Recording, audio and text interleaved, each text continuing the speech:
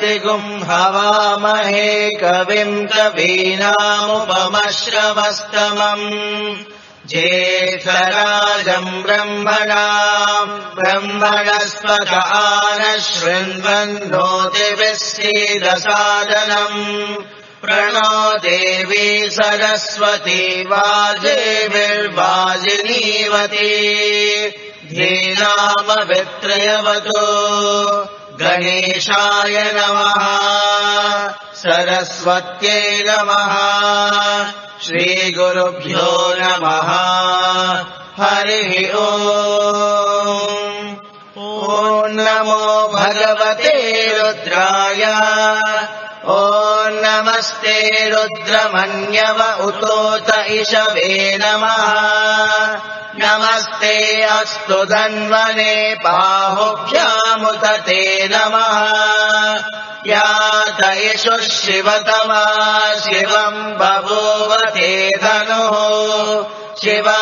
शरव्याया तवतयानो रुद्रमृळया या ते रुद्रशिवा तनोरघोरा पापकाशिनी तया नस्तनुभाषन्तमया गिरिशम् ताविचाकशी यामिषुम् गिरिशम् तहस्ते बिभर्षस्तवे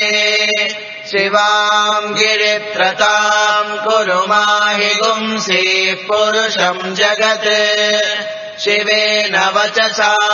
त्वा गिरिशाच्चावदामसि यथा नः सर्वमिज्जगत यक्ष्मगुम् तुमना असत् अद्य वोचदति वक्ता प्रथमो दैव्योऽभिषक् अहीगश्च सर्वान् जम्भयन् सर्वांश्च यातु धान्यः असौ यस्ताम्रो अरुण उत बभ्रुः सुमङ्गलः ये क्षेमागुम् रुद्रा अवितो दिक्षुश्रिता सहस्रशो वैशागुम् हेळहीमहे असव्यो वसत्पथि नीलग्रीवो विलोहितः उतैनम् गोपादृशन्नदृशन्नुदहार्यः उतैनम् विश्वभूतानि सदृष्टो मृडयादिनः नमो अस्तु नीलग्रीवाय सहस्राक्षाय मीदुषे अथो ये अस्य सत्त्वानोऽहम् तेभ्यो करन्नमः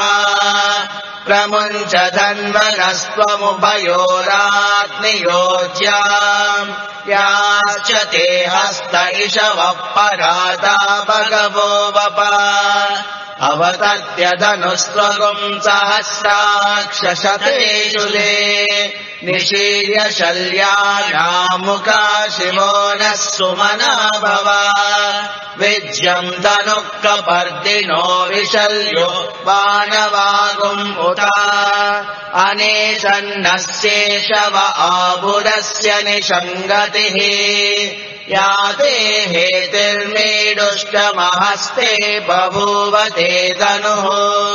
तयास्मान् विश्वतस्त्वमयक्ष्मया परिभुजा नमस्ते अस्त्वायुधाय नागताय धृष्णवे उभाभ्यामुत ते नमो बाहुभ्याम् अस्मान्नन्तु विश्वतः अथो यदिषुतिस्तवादेवस्मन्निवेदितम् नमस्ते अस्तु भगवद्विश्वेश्वराय महादेवाय त्र्यम्बकाय त्रिपुरान्तकाय त्रिकाग्निकालाय कालाग्निरुद्राय नीलकण्ठाय मृत्युञ्जयाय सर्वेश्वराय सदाशिवाय श्रीमन्महादेवाय नमः नमो हिरण्यबाहवे सेनान्ये दिशां च पतये नमो नमो वृक्षेभ्यो हरिकेशेभ्यः पशूनां पतये नमो नमः सस्मिञ्जराय त्वश्रीमते पथीनां पतये नमो नमो बब्लुषाय विव्याधिनेन्द्राणां पतये नमो नमो हरिकेशायोपवीतिने पुष्टानां पतये नमो नमो भवस्य हेत्यै जगतां पतये नमो नमो रुद्राय तताविने क्षेत्राणां पतये नमो नमः सूताय हन्त्याय वनानां पतये नमो नमो रोहिताय स्तपतये वृक्षाणां पतये नमो नमो मन्त्रिणे वाणिदाय कक्षाणां पतये नमो नमो भुवन्तये वारिवस्कृताय औषधीनां पतये नमो नम उच्चैर्घोषाय क्रन्दयते पत्तीनां पतये नमो नमः कृष्णवीताय दावते तत्त्वनां पतये नमः नमः सहमानाय निव्याधिन आव्याधिनीनां पतये नमो नमः ककुबाय निषङ्गिणे सेनानां पतये नमो नमो निषङ्गिण इषुधिमते तस्कराणां पतये नमो नमो पञ्चते परिवञ्चते स्नायूनां पतये नमो नमो चेरवे परिचरायारण्यानां पतये नमो नमः सृगाविभ्यो जिगागुंसभ्यो मुष्णता पतये नमो नमोऽसिमभ्यो नक्तञ्चरभ्यप्रकृन्तानां पतये नमो नम उष्णीषिणे गिरिचराय कुलुञ्चानां पतये नमो नम इषुमभ्यो लन्वाभिभ्यश्च वो नमो नम आतन्वारेभ्यः प्रतिददानेभ्यश्च वो नमो नम आयच्छद्भ्यो विसुषद्भ्यश्च वो नमो नमोऽस्यद्भ्यो विद्यभ्यश्च वो नमो नम आसीनेभ्यः शयानेभ्यश्च वो नमो नमः स्वपद्भ्यो जाग्रद्भ्यश्च वो नमो नमस्तिष्ठद्भ्यो तावद्भ्यश्च वो नमो नमः सभाभ्यः सभापतिभ्यश्च वो नमो नमो अश्वेभ्यो अश्वपतिभ्यश्च वो नमः नम आज्ञादिनीभ्यो विविद्यन्तीभ्यश्च वो नमो नम उगणाभ्यस्त्रिगुंहलीभ्यश्च वो नमो नमो वृत्सेभ्यो वृत्सपतिभ्यश्च वो नमो नमो व्रातेभ्यो व्रातपतिभ्यश्च वो नमो नमो गणेभ्यो गणपतिभ्यश्च वो नमो नमो विरूपेभ्यो विश्वरूपेभ्यश्च वो नमो नमो महद्भ्यः क्षुल्लकेभ्यश्च वो नमो नमो रथेभ्यो रथेभ्यश्च वो नमो नमो रथेभ्यो रथपतिभ्यश्च वो नमो नमः सेनाभ्यश्च वो नमो नमः शत्रुभ्यस्तङ्ग्रहेतुभ्यश्च वो नमो नमस्तक्षभ्यो रथकारेभ्यश्च वो नमो नमः कुलारेभ्यः कर्मारेभ्यश्च वो नमो नमः पुञ्जिष्ठेभ्यो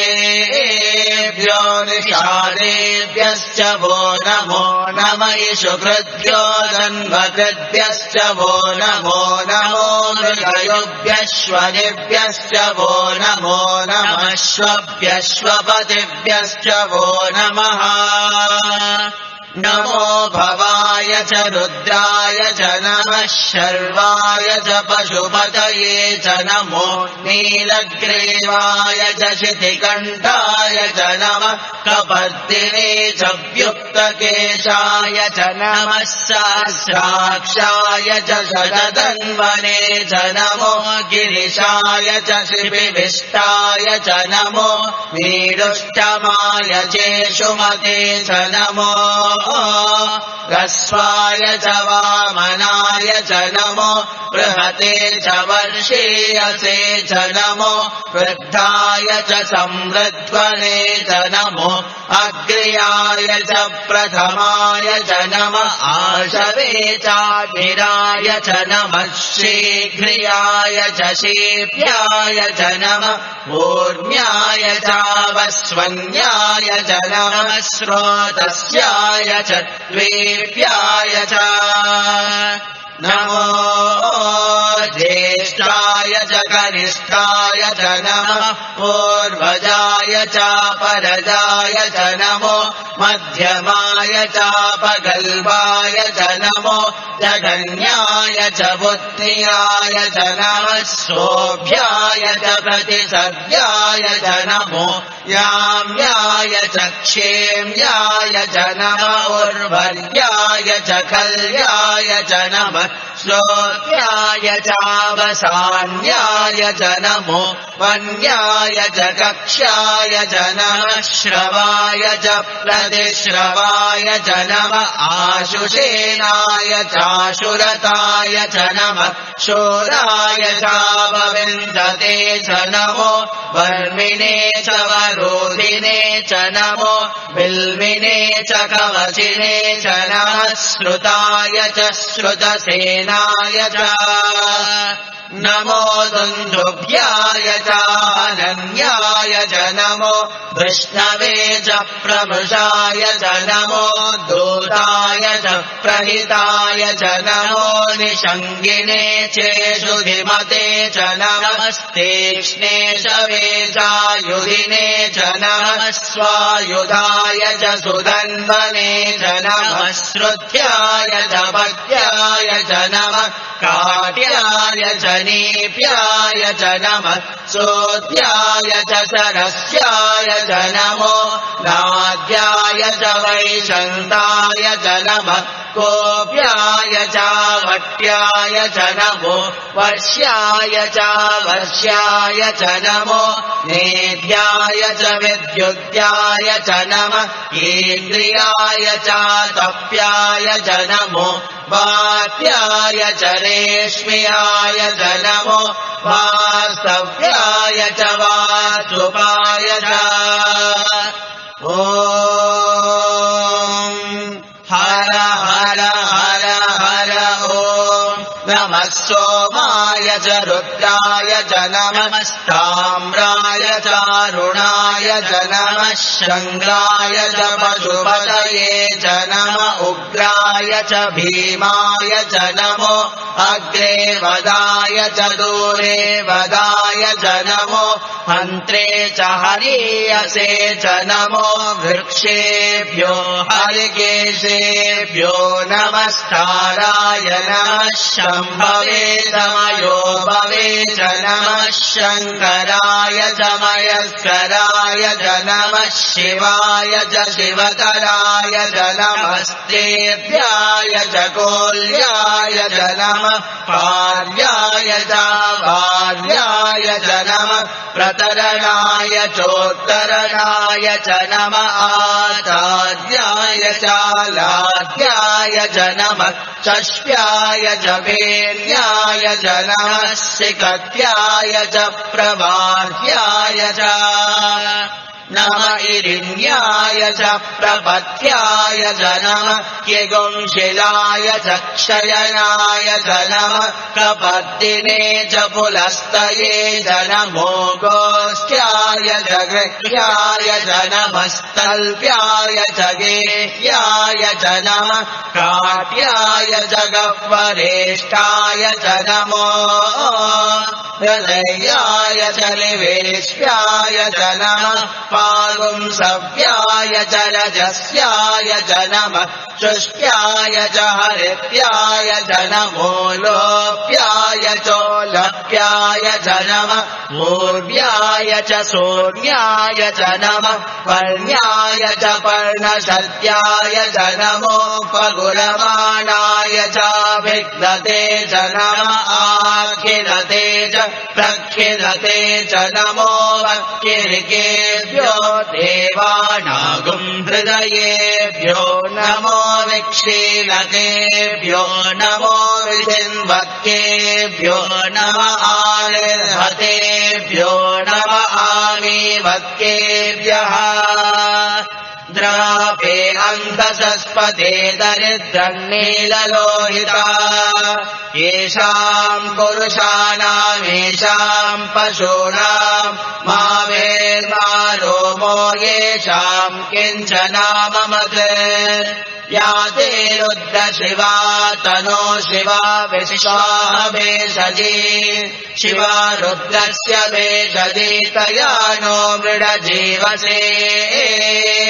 इमागुं रुद्राय तवसे कपत्रिणे क्षयक्वीराय प्रभरामहे मतिम् यथा नश्यमसद्विपदे चतुष्पदे विश्वम् पुष्टम् ग्रामे अस्मिन्ननातुरम् मृडानो रुद्रो तनो मयस्कृति क्षयद्वीराय नमसा विधेमते यच्चञ्चयोश्च मनुरायते पिता तदश्याम तव रुद्रप्रणीतो मानो महान्तमुतमानो अर्भकम् मान उक्षन्तमुतमान उक्षितम् मानो वदेर्पितरम् मोदमातरम् प्रियामानस्तनुवो रुद्ररीरिषः मानस्तोके तनये मान आयुषि मानो गोषुमानो अश्वेषु रीरिषः वीरान्मानो रुद्रभाविको वदेर् अविष्मन्तो नमसा विधेमते आराते गोघ्र उत पोरुषग्ने क्षयद्वीराय सुम्नमस्मे ते अस्तु रक्षा च नो अधि च देव ब्रूह्यता च नः शर्म यच्चत्विपराः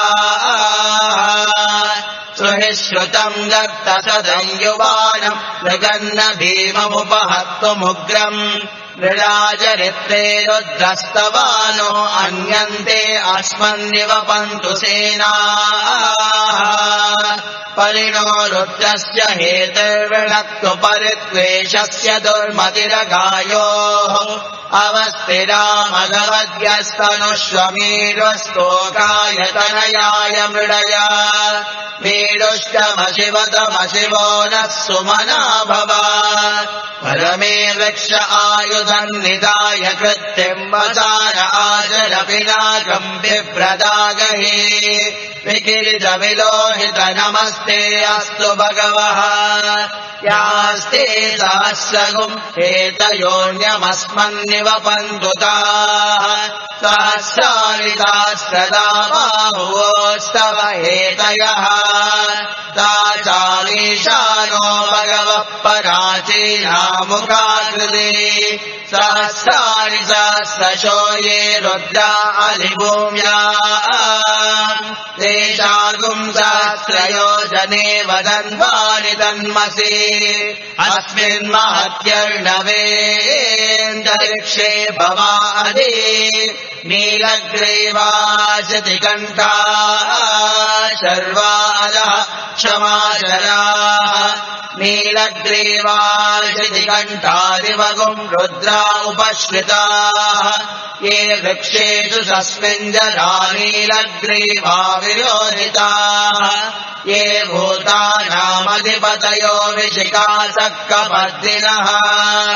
ये अन्येषु विविद्यन्ति पात्रेषु विपतो जनान्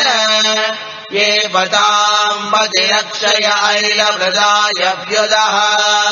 ये तीर्थानि प्रचलन्त श्रुतावन्तो निषङ्गिणः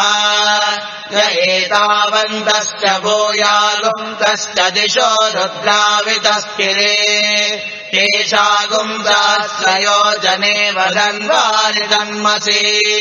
नमो रुद्रेभ्यो ये पृथिव्याम् येऽन्तरिक्षे ये दिवि येषामन्नम् वातो वर्षमिषवस्तेभ्यो दश प्राचीर्दश दक्षिणा दश प्रदेशेर्गजो देशेर्गजोर्वास्तेभ्यो नमस्ते नो विडयन्तु तेऽयम् विष्मो यश्च नोद्वेष्टितम् भोजम् वेददानि त्र्यम्बकम् यजामहे सुगन्धिम् पुष्टिवर्धनम् उर्वारुकमिव बन्धनान् मृत्योर्मुक्षीयमामृतात् यो रुद्रो अग्नव्यो अप्सु य ओषधीषु यो रुद्रो विश्वा भुवनादिवेश तस्मै रुद्राय नमो अस्तु ये ते सहस्रमयुतम् पाशामृत्यो मत्याय हन्तवे तान् यज्ञस्य मायया सर्वानवयजामहे मृत्यवे स्वाहा मृत्यवे स्वाहा प्राणानाम् ग्रन्थिरसि रुद्रो माविशान्तकः तेनानेनाप्यायस्व नमो रुद्राय विष्णवे मृत्युर्मे पाहि तमुष्टुर्यश्वशुः सुगन्धायो विश्वस्य क्षयति भेषजस्य यक्ष्वामहेतो मनसाय रुद्रम् नमो निर्देवमसुरम् ध्रुवस्य अयम् मे हस्तो भगवान् अयम् मे भगवत्तरः अयम् मे विश्वभेषजो यगुम् शिवाभिवर्षणः ॐ शान्ति शान्ति शान्तिः ॐ अग्ना विष्णो सजोषसेवावर्धन्तु वाङ्गिरः जुम्नैवाजेभिरागतम् वाजश्च मे प्रसवश्च मे प्रयतिश्च मे प्रदितिश्च मे धीतिश्च मे क्रतुश्च मे स्वरश्च मे श्लोकश्च मे श्रावश्च मे श्रुतिश्च मे ज्योतिश्च मे शुभश्च मे प्राणश्च मे अपानश्च मे व्यानश्च मे सुश्च मे चित्तम् च महाधीतम् च मे वाक् च मे मनश्च मे चक्षुश्च मे श्रोत्रम् च मे दक्षश्च मे बलम् च महोजश्च मे सहश्च आयुश्च मे जरा च आत्मा च मे तनोश्च मे शर्म च मे वर्म च मेऽङ्गानि च मे स्थानि च मे परोगुंसि च मे शरीराणि च मे जैष्यम् च महाधिपत्यम् च मे मन्यश्च मे भावश्च मे मश्च मे म्भश्च मे जेमा च मे महिमा च मे वरिमा च मे प्रतिमा च मे वश्मा च मे द्राघुया च मे वृद्धम् च मे वृद्धिश्च मे सत्यम् च मे श्रद्धा च मे जगच्च मे धनम् च मे वशश्च मे द्विजिश्च मे क्रीडा च मे मोदश्च मे जातम् च मे जनिष्यमाणम् च मे सूक्तम् च मे सुकृतम् च मे वित्तम् च मे वेद्यम् च मे भूतम् च मे भविष्यच्च मे सुगम् च मे सुपथम् च मरुद्धम् च मरुद्धिश्च मे क्लुप्तम् च मे क्लुप्तिश्च मे मतिश्च मे सुमतिश्च मे क्षम् च मे मयश्च मे प्रियम् च मे नु कामश्च मे कामश्च मे सौमनसश्च मे भद्रम् च मे श्रेयश्च मे वस्यश्च मे यशश्च मे भगश्च मे द्रविणम् च मे यन्ता च मे धर्ता च मे क्षेमश्च मे धृतिश्च मे विश्वम् च मे महश्च मे संविच्च मे ज्ञात्रम् च मे सोऽश्च मे प्रसोऽश्च मे सीरम् च मे लयश्च मरुतम् च मे मृतम् च मे यक्ष्मम् च मे नामयच्च मे जीवातुश्च मे दीर्घायुत्वम् च मे नमित्रम् च मे भयम् च मे सुखम् च मे शयनम् च मे शोषा च मे सुदिनम् च मे ऊर्ज मे सोनृता च मे पयश्च मे रसश्च मे घृतम् च मे मधु च मे सद्धिश्च मे सपेदिश्च मे कृषिश्च मे वृष्टिश्च मे चैत्रम् च मौद्भिद्यम् च मे रयिश्च मे रायश्च मे पुष्टम् च मे पुष्टिश्च मे विभु च मे प्रभु च मे बहु च मे भूयश्च मे पूर्णम् च मे पूर्णतरम् च मे क्षितिश्च मे पूयवाश्च मे नम् च मे क्षुच्च मे व्रीहयश्च मे यवाश्च मे मार्जाश्च मे तिराश्च मे मुक्ताश्च मे खल्वाश्च मे गोधूमाश्च मे मसुराश्च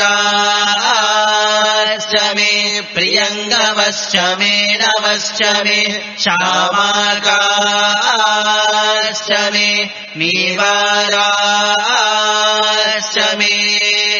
अश्मा च मे मृत्तिका च मे गिरयश्च मे पर्वताश्च मे सिकताश्च मे वनस्पतयश्च मे हिरण्यम् च मे यश्च मे सीसम् च मे त्रपुश्च मे श्यामम् च मे लोहम् च मे अग्निश्च महापश्च मे वीरुधश्च महोषधयश्च मे कृष्टपच्यम् च मे कृष्टपच्यम् च मे ग्राम्याश्च मे पशव आरण्याश्च यज्ञेन कल्पन्ताम् वित्तम् च मे वित्तिश्च मे भूतम् च मे भूतिश्च मे वसु च मे वसतिश्च मे कर्म च मे शक्तिश्च मे अर्थश्च म एवश्च मयितिश्च मे गतिश्च मे अग्निश्च म इन्द्रश्च मे सोमश्च म इन्द्रश्च मे सविता च म इन्द्रश्च मे सरस्वती च म इन्द्रश्च मे पूषा च म इन्द्रश्च मे बृहस्पतिश्च म इन्द्रश्च मे मित्रश्च म इन्द्रश्च मे वरुणश्च म इन्द्रश्च मे त्वष्टा च म इन्द्रश्च मे धाता च म इन्द्रश्च मे विष्णुश्च म इन्द्रश्च मेऽश्विनो च म इन्द्रश्च मे मरुतश्च म इन्द्रश्च मे विश्वे च मे देवा इन्द्रश्च मे पृथिवी च म इन्द्रश्च मेऽन्तरिक्षम् च म इन्द्रश्च मे द्यौश्च म इन्द्रश्च मे दिशश्च म इन्द्रश्च मे मूर्धा च म इन्द्रश्च मे प्रजापतिश्च म इन्द्रश्च मे अगुंशुश्च मे रश्मिश्च मे नाभ्यश्च मेऽधिपतिश्च म उपागुंशुश्च मे अन्तर्यामश्च म ऐन्द्रवायवश्च मे मैत्रावरुणश्च म आश्विनश्च मे प्रतिप्रस्थानश्च मे शुक्रश्च मे मन्थे च म आग्रयणश्च मे वैश्वदेवश्च मे ध्रुवश्च मे वैश्वानरश्च मरुद्ग्रहाश्च मे दिग्राह्याश्च म ऐन्द्राग्नश्च मे वैश्वदेवश्च मे मरुत्वतीयाश्च मे माहेन्द्रश्च देवश्च आदित्यश्च मे सावित्रश्च मे सारस्वतश्च मे पौष्णश्च मे पात्नीवतश्च मे आर्योजनश्च मे इद्मश्च मे बर्हिश्च मे वेदिश्च मे वृष्ण्याश्च मे शुचश्च मे चमसाश्च मे ग्रावाणश्च मे स्वरवश्च उपरवाश्च मे विषवणे च मे द्रोणकलशश्च मे वायव्यानि च मे भूतवृक्षमाधवनीयश्च आग्नेर्धम् च मे अभिर्धानम् च मे गृहाश्च मे सदश्च मे पुरोडाशाश्च मे पचताश्च मे ववृदश्च मे स्वगाकारश्च मे अग्निश्च मे धर्मश्च मे गस्य मे सूर्यश्च मे प्राणश्च मे श्वमेधश्च मे पृथिवी च मे दितिश्च मे दितिश्च मे द्यौश्च मे शक्वरेरङ्गुलयोदितश्च मे यज्ञेन कल्पन्तामृच्च मे सामच मे सोमश्च मे यजुश्च मे दीक्षा च मे तपश्च मरुतुश्च मे व्रतम् च मे होरात्रयोर्वृष्ट्या बृहद्रदन्तरे च मे यज्ञेन कल्पेताम् गर्भाश्च मे वत्साश्च मे त्रयविश्च मे त्रयवे च मे दित्यवाच्च मे दित्यौही च मे पञ्चाविश्च मे पञ्चावे च मे त्रिवत्सश्च मे त्रिवत्सा च मे तुर्यवाच्च मे तुर्यौही च मे पष्टवाच्च मे पष्टौही च ममुक्षा च मे वशा च मरुषवश्च मे बेहच्च मे नट्वाञ्च मे धेनुश्च आयुर्यज्ञेन कल्पताम् प्राणो यज्ञेन कल्पतामपानो यज्ञेन कल्पताम् व्यानो यज्ञेन कल्पताम् चक्षुर्यज्ञेन कल्पताम् श्रोत्रम् यज्ञेन कल्पताम् मनो यज्ञेन कल्पताम् वाग्यज्ञेन कल्पताम् आत्मा यज्ञेन कल्पताम् यज्ञो यज्ञेन कल्पताम् एका च मे तिस्रश्च मे पञ्च च मे सप्त च मे नव च एकादश च मे त्रयोदश च मे पञ्चदश च मे सप्तदश च मे नवदश च एकविंशतिश्च मे त्रयोविंशतिश्च मे पञ्चविंशतिश्च मे सप्तविंशतिश्च मे नवविंशतिश्च एकत्रिंशच्च मे त्रयस्त्रिंशच्च मे चतस्रश्च मे ष्टौ च मे द्वादश च मे षोडश च मे विंशतिश्च मे चतुर्विंशतिश्च मे ष्टाविंशतिश्च मे द्वात्रिंशच्च मे षट्त्रिंशच्च मे चत्वारिंशच्च मे चतुश्चत्वारिंशच्च मे ष्टाचत्वारिंशच्च मे वाजश्च प्रसवश्चाभिजश्च क्रतुश्च शुभश्च मूर्धा च व्यस्नियश्चान्त्यायलश्चान्त्यश्च भुवनश्च भुवनश्चाधिपतिश्च इडादे बहुर्मनुर्यज्ञनीर्बृहस्पतिरुक्था मदानि सगुंसि षड्विश्वे देवासूत्तमा च पृथिवीमा धर्मा माहि गुंसीर्मधुमनिष्ये मधुजनिष्ये मधुवक्ष्यामि मधुवरिष्यामि मधुमतीम् देवेभ्यो वाचमुद्यासगुम् शुश्रूषेया मनुष्येभ्यस्तम् मा देव अवन्तु शोभाये पितरो नुमदन्तु ॐ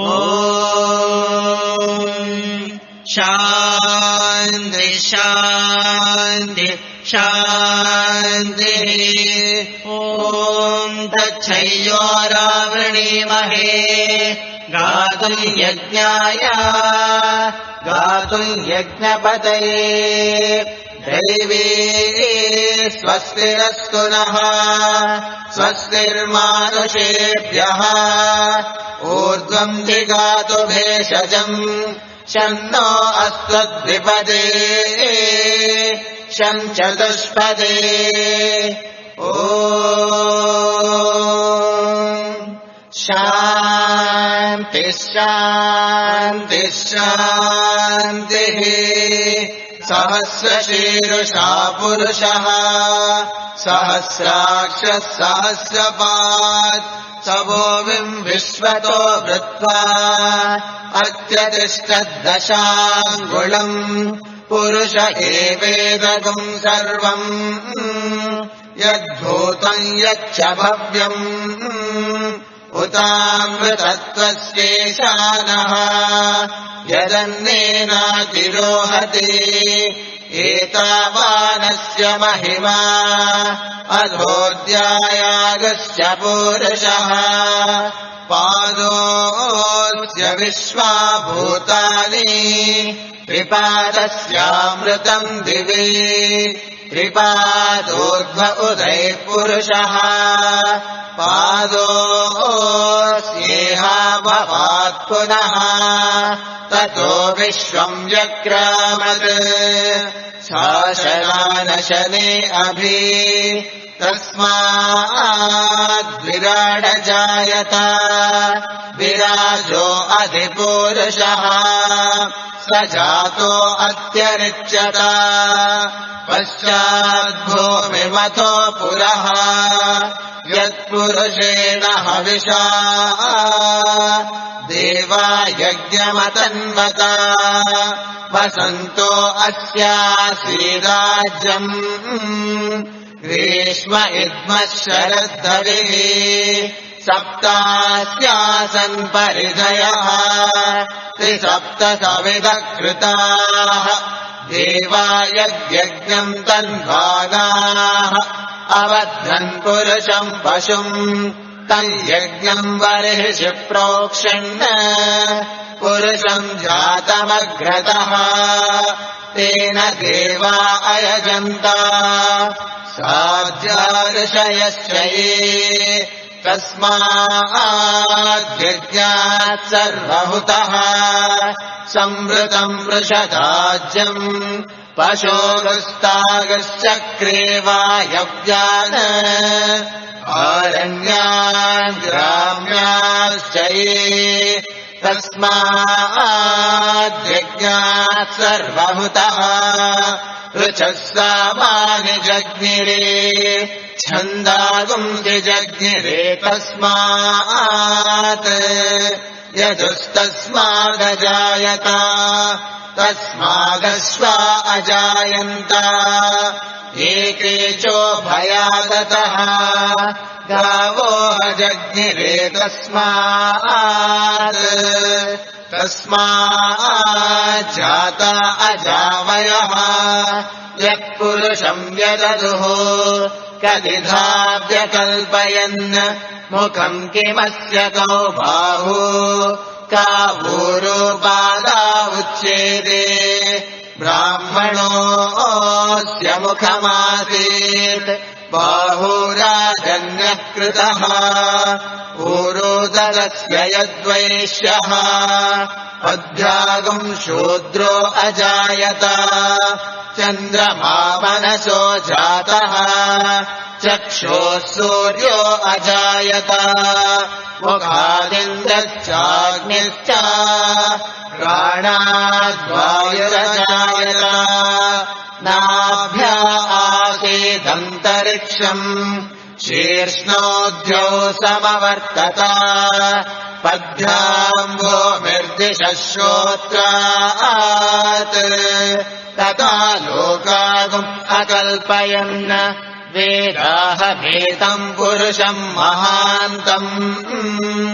आदित्यवर्णम् तमसस्तु पारे सर्वाणि रूपाणि विचित्य धीरः नामानि कृत्वाभिवदन्यदास्ते धाता पुरस्ताद्यमुदा जहार शक्रप्रविद्वान् प्रदिशश्च तस्रः तमेवम् विद्वानमृत इह भवति नान्यः पन्था अयनाय विद्यते यज्ञेन यज्ञमयजन्त देवाः तानि धर्माणि प्रथमान्यासन् ते अनागम् महिमानः सजन्ते यत्र पूर्वे साध्याः सन्ति देवाः अद्य सम्भूतः पृथिव्यैरसाच्च विश्वकर्मणः समवर्तताधि तस्य त्वष्टाभिदधद्रूपमेति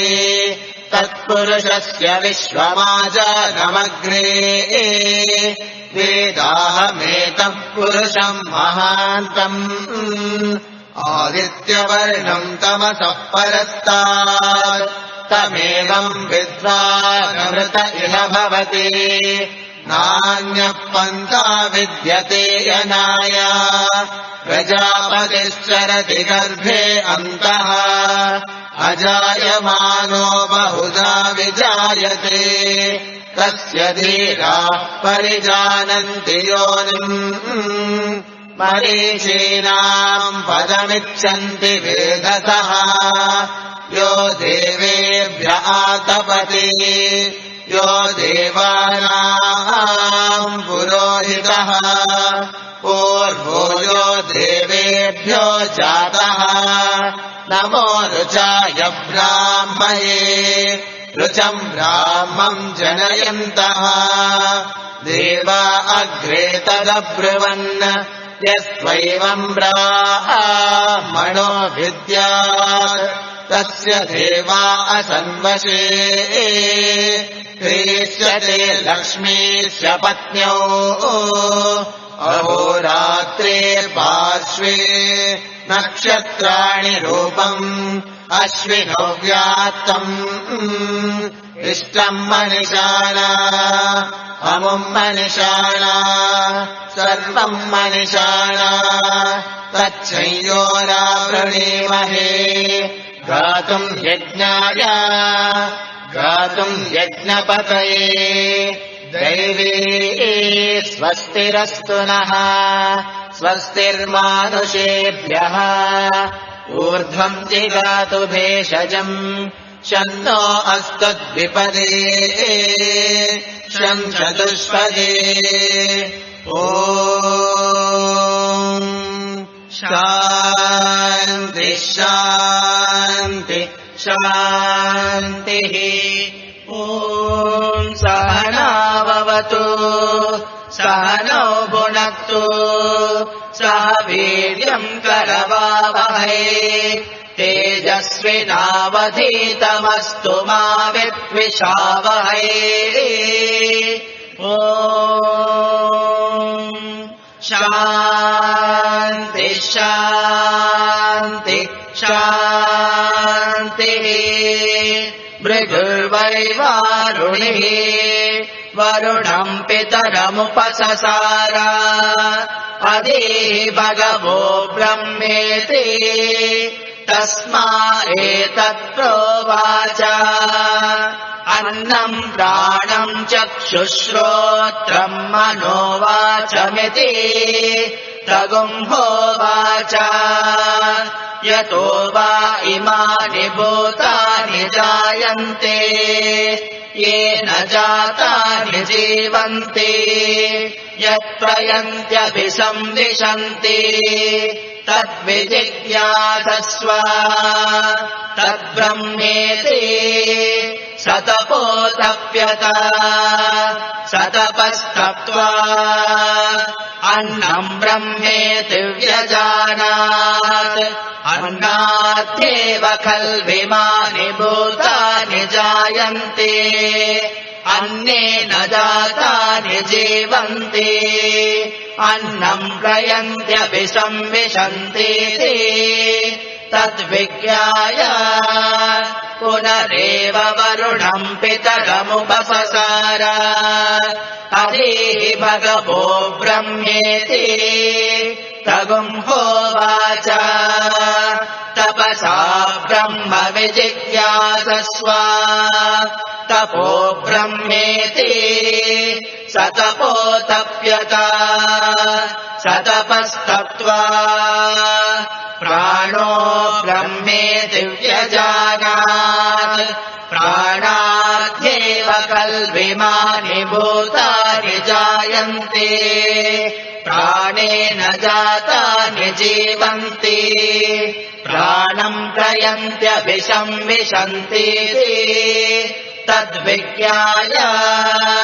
पुनरेव वरुणम् पितरमुपससार अधीहि भगवो ब्रह्मेति तगुंहोवाच तपसा ब्रह्म विजिज्ञासस्व तपो ब्रह्मेति स तपोतप्यत स तपस्तप्त्वा मनो ब्रह्मेति व्यजानात् मनसो ह्येव कल्विमानि भूतानि जायन्ते मनसा जातानि जीवन्ति मनः प्रयन्त्यभिसंविशन्तीति तद्विज्ञाय पुनरेव वरुणम् पितरमुपससार अधीहि भगवो ब्रह्मेति तगुंहोवाच तपसा ब्रह्म विजिज्ञासस्व तपो ब्रह्मेति स तपोतप्यत स तपस्तप्त्वा विज्ञानम् ब्रह्मेति व्यजानात् विज्ञानाद्यैव खल्विमानि भूतानि जायन्ते विज्ञानेन जातानि जीवन्ति विज्ञानम् प्रयन्त्यभिसंविशन्तीति तद्विज्ञाय पुनरेव वरुणम् पितरमुपससार अधीहि भगवो ब्रह्मेति तगुंहोवाच तपसा ब्रह्म विजिज्ञासस्व तपो ब्रह्मेति स तपोतप्यत स तपस्तप्त्वा आनन्दो ब्रह्मेति व्यजानात् आनन्दाद्यैव खल्विमानि भूतानि जायन्ते आनन्देन जातानि जीवन्ति आनन्दम् प्रयन्त्यभिसंविशन्तीति सैषा भार्गवीवारुणे विद्या परमेभ्यो प्रतिष्ठिता य एवम् वेद प्रतिष्ठति अन्नवानन्नादो भवति महान् भवति प्रजया पशुभिर्ब्रह्मवर्चसेन महान् कीर्त्या अन्नम् न निन्द्यात् तद्व्रतम् प्राणो वा अन्नम् शरीरमन्नादम् प्राणे शरीरम् प्रतिष्ठितम् शरीरे प्राणप्रतिष्ठितः तदेतदन्नमन्ने प्रतिष्ठितम् स य एतदन्नमन्ने प्रतिष्ठितम् वेद प्रतिष्ठति अन्नवानन्नादो भवति महान् भवति प्रजया पशुभिर्ब्रह्मवर्चसेन महान् कीर्त्या अन्नम् न परिचक्षेत तद्व्रतम् आपो वा अन्नम् ज्योतिरन्नादम् अप्सु ज्योतिप्रतिष्ठितम् ज्योतिष्यापः प्रतिष्ठिताः तदेतदन्नमन्ये प्रतिष्ठितम् स य एतदन्नमन्ये प्रतिष्ठितम् वेद प्रतितिष्ठति अन्नवानन्नादो भवति महान् भवति प्रजया पशुभिर्ब्रह्मवर्चसेन महान् कीर्त्या अन्नम् बहुकुर्वीत तद्व्रतम् पृथिवीवान्नम् आकाशो नादः पृथिव्यामाकाशप्रतिष्ठितः आकाशे पृथिवी प्रतिष्ठिता तदेतदन्नमन्ये प्रतिष्ठितम् स य एतदन्नमन्ये प्रतिष्ठितम् वेद प्रतितिष्ठति अन्नवानन्नादो भवति महान् भवति प्रजया पशुभिर्ब्रह्मवर्चसेन महान् कीर्त्या न कञ्चन वसतौ प्रत्याचक्षीता तद्व्रतम् तस्माध्यया कया च विधया बह्वन्नम् प्राप्नुयात् अराध्यस्मान्नमित्याचक्षते एतद्वै मुखतो नगुम् राद्धम् मुखतोऽस्मान्नगुम् राध्यते एतद्वै मध्यतो नगुम् राद्धम् मध्यतोऽस्मान्नगुम् राध्यते एतद्वान्ततो नगुम् राद्धम् अन्ततोऽस्मान्नगुम् राध्यते य एवम् वेद क्षेम इति वाचि योगक्षेम इति प्राणापानयोः कर्णेति हस्तयोः गतिरिति पादयोः विमुक्तिरिति पायौ इति मानुषी समाज्ञाः अथ दैवी तृप्तिरिति वृष्टौ बलमिति विद्युति यश इति पशुषु ज्योतिरिति नक्षत्रेषु प्रजातिरमृतमानन्द इत्युपस्थे सर्वमित्याकाशे तत्प्रतिष्ठेत्युपासीत प्रतिष्ठावान् भवति तन्मह इत्युपासीत महान् भवति तन्मन इत्युपासीत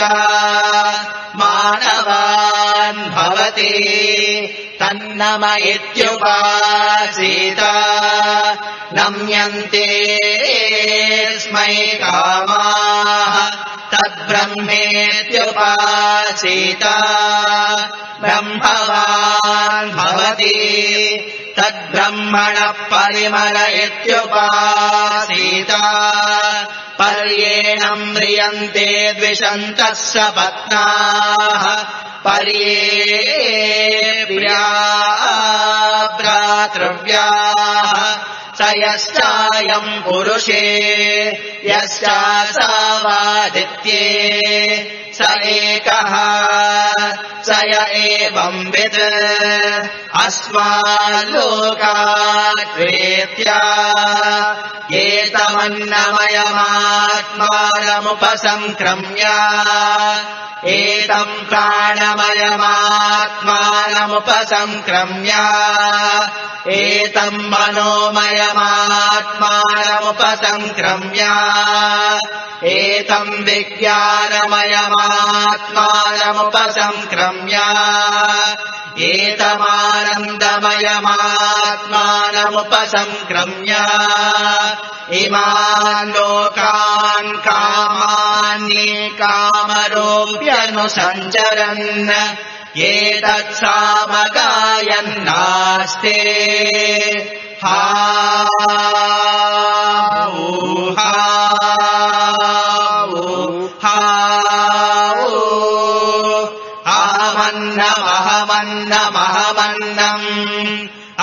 अहमन्नादो अहमन्नादो अहमन्नादः अहग्श्लोककृदहग्श्लोककृदहग्श्लोककृत् अहमस्मि प्रजमजारुदास्य पूर्वम् देवेभ्यो अमृतस्य नाभायि यो मा ददाति सैदेव माः अहमन्नमन्नमदन्तमामि अहम् विश्वम् भुवनमभ्यभवाम् सुवर्णज्योतिः य एवम् वेद इत्युपनिषत् सहना भवतु सहनौ भुनक्तु सह वीर्यम् करवावहै तेजस्विनावधीतमस्तु मा विद्विषावहै ॐ शान्ति शान्ति शान्तिः ॐ जातवेदसे सुनवामसो ममरादीयतो निरहादिवेदः सरः पर्षदति दुर्गाणि विश्वानावेव सिन्धुम् दुरिताद्यग्निः तामग्निवर्णान्तपसा ज्वलन्तीम् वैरोचनीम् कर्मफलेषु जुष्टाम् दुर्गाम् देवीगुम् शरणमहम् प्रपद्ये सुतरसि तरसे नमः अग्ने त्वम् पारयानव्यो अस्मान् स्वस्तिभिरति दुर्गाणि विश्वा तोश्च पृथ्वे बहुलान उर्वे भवातोकायतनयाय शय्योः विश्वानि नो दुर्गः जातवेदः सिन्धुर्ननावा दुरितादिपर्षे अग्ने अत्रिवन्मनसा गृहाणोऽस्माकम् बोध्यपिता तनूना ऋतराजितगुम् सहमानमुग्रमग्निगुम् हुवेम परमास्ततस्तात् सरः पर्षदति दुर्गाणि विश्वा श्यामद्देवो अतिदुरितात्यग्निः प्रत्रोषिकमेड्यो अध्वरेषु तराच होता नव्यश्च सत्से स्वाञ्चाग्ने तनुवम् विप्रयस्वास्मभ्यम् च सौभगमायजस्वा गोभिर्जुष्टमयुजो निषिक्तम् तवेन्द्रविष्णो ननुसञ्चरेम नागस्य पृष्ठमभिसंवसानो वैष्णवेन्लोक इह मादयन्ताम् कात्यायनाय विद्महे कन्याकुमारि धीमहि तन्नो दुर्गे प्रचोदयात् न कर्मणा न प्रजया धनेन त्यागेनैके अमृतत्वमानशुः परेण नाकम् निहितम् गुहायाम् बिभ्राजने तद्यदयो विशन्ते वेदान्तविज्ञानसुनिश्चितार्थ सन्न्यासयोगाद्यदयः शुद्धसत्त्वा ते ब्रह्मलोके तु परान्तकाले परामृतात् परिमुच्यन्ति सर्वे दह्रम् विपापम् परमेश्वभूतम् यत्पुण्डरीकम् पुरमज्जसग्रस्तम् तत्रापि दह्रम् गगनम् विशोकस्तस्मिन् यदन्तस्तदुपासितव्यम् यो वेदादौ स्वरप्रोक्तो वेदान्ते च प्रतिष्ठितः तस्य प्रकृतिलीनश्च यः परश्च महेश्वरः स्वस्ति प्रजाभ्यः परिपालयन्ताम् न्यायेन मार्गेण महीमहेशाः गोब्राह्मणेभ्यः शुभमस्तु नित्यम् समस्तलोकाः सुखिनो भवन्तु समस्तलोकाः सुखिनो भवन्तु समस्तलोकाः सुखिनो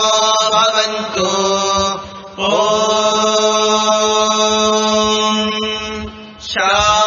शान्ति शान्ति शान्ति